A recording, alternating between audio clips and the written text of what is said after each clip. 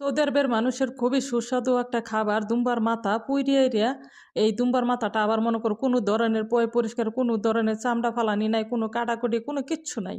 বাস এরকম ভাবে শুধুমাত্র পানি দিয়ে এরা ধুইছি, খলাইছি, খলাইরা এই যে এরকম ভাবে দেখতেই পারতাছো যে আসলে কি বলবো, যে বাংলাদেশের মানুষ দেখবা যে বিশেষ করে একটা দুম্বার মাথা দুজি, দুম্বার মাথা বলে একটা খাসির মাথা দুজি মনে করে তারা রান্না বান্না করার জন্য লয়, তাহলে মনে করো দইতে খলাইতে কয়েক ঘন্টা সময় লেগে যায়। আর এই যে দেখো সৌদিরা শুধুমাত্র পড়ছে পুইরার এই দাও জিব্রা মিব্রা সব বাইরিয়ে রয়েছে।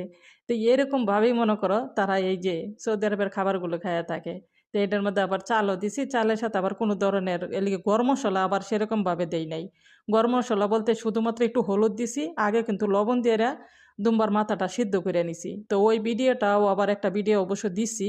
তো সবাই দেখবে আমার ভিডিওগুলো, অবশ্য ভিডিওগুলো কেমন লাগে সবাই লাইক কমেন্ট করে পাশে থাকবে, যেহেতু আসলে কাজের ফাঁকে ফাঁকে প্রবাসে বাসা বাড়িতে কাজ করে ভিডিও বানানোটা অনেক কষ্টের। সবাই লাইক কমেন্ট করে পাশে থাকবে। তো এই যে দেখো খাবার অলরেডি রান্না বান্না হয়ে গেছে গা। যে যে খেতে চাও জলদি জলদি সৌদিতে চলে আসো। এরকম খাবার কোন বাঙালিরা খাইতে পারবা?